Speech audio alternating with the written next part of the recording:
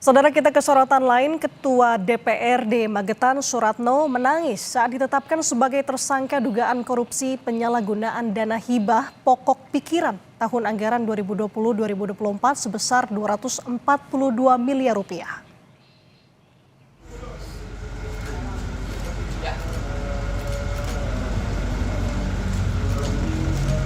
Ketua DPRD Magetan Suratno ditetapkan sebagai tersangka bersama dengan 5 tersangka lainnya yang diantaranya merupakan anggota DPRD Magetan.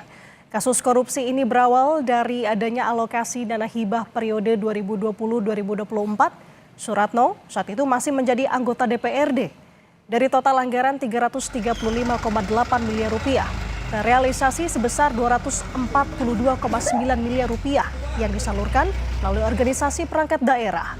Dari bukti yang ditemukan, saudara, ternyata anggota dewan diduga menguasai seluruh tahapan hibah, mulai dari perencanaan hingga pencairan. Dan kelompok masyarakat penerima hibah hanya formalitas saja.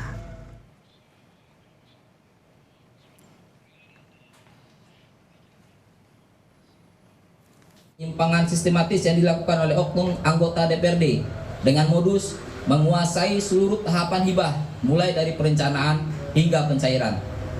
Bahwa fakta material menunjukkan kelompok masyarakat penerima hibah hanyalah formalitas administratif, proposal dan laporan pertanggungjawaban tidak disusun secara mandiri oleh penerima hibah, melainkan telah dikondisikan